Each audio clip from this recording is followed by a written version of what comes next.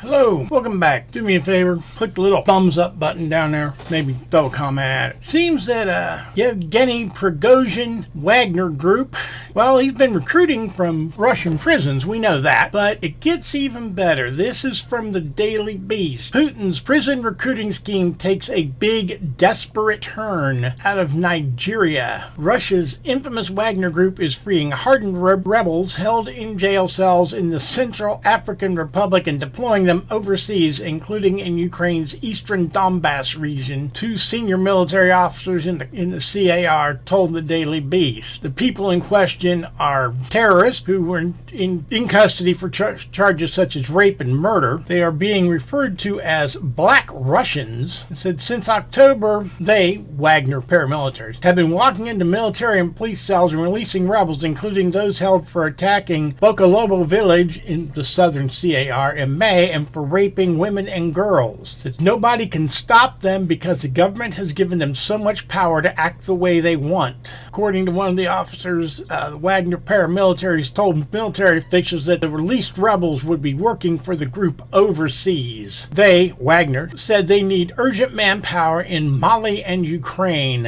I think more than 20 people we've been holding for very serious crimes have been released. These are their high-risk criminals. People being held for raping and murdering civilians. It's a mess. It said of one of them, Muhammad, and four others were accused of raping and killing civilians in Bokolobo and detained for months by soldiers at Camp Dukase in Bangladesh. Ali, another one who was recruited by the Wagner Group after quitting the UPC last December, told Daily Beast, "We were surprised to see that he had become a Black Russian and was even shortlisted for Ukraine." To think that, we already know what Wagner Group is like in Ukraine. Said in the CAR, Wagner said, "They'll kill you while in custody and bring your body back to the same place you were arrested and dump it there." They did that many times. These guys are psychopaths in the worst possible description of the word. And now they're recruiting even more psychopaths to fill their ranks in Ukraine. I won't pretend to understand the idea of piling war crime on top of war crime just so you can commit more war crimes. One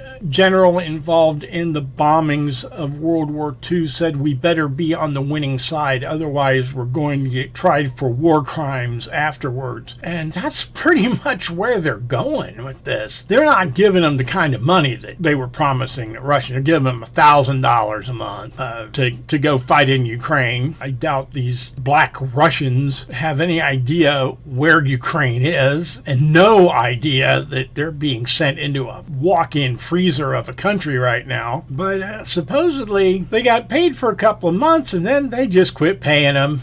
You're here, you're ours. What are you going to do? Walk home? The fact that the war is not going well for the Russians, and Putin is now trying to scare the Russian people into believing that Ukraine has nukes or NATO will nuke them by setting up Cold War era bomb shelters around major cities with big obvious signs saying bomb shelter. What's next? Bringing in people that believe in tribal warfare to fight for you now, setting up bomb shelters to try to scare your populace into thinking they're going to be nuked. Is this so you can use nukes? Because you pretty much know what's going to happen if you do. This is not a big surprise that they're going to these extents to recruit from prisons. It's not a big surprise that they're recruiting from prisons in other countries, especially places where, a third grade education is considered well educated, because probably they've gone to the Russian prisons and those guys have just enough idea what's going on to go, no,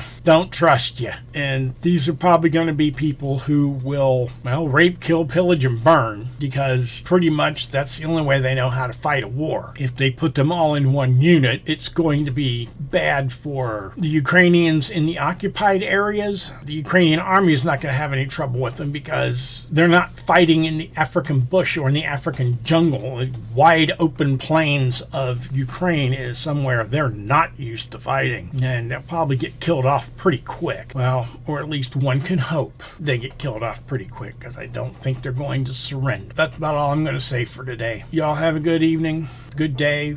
Whenever you see this, please, like, subscribe, comment, and I'll see you tomorrow. Have a good one. Bye.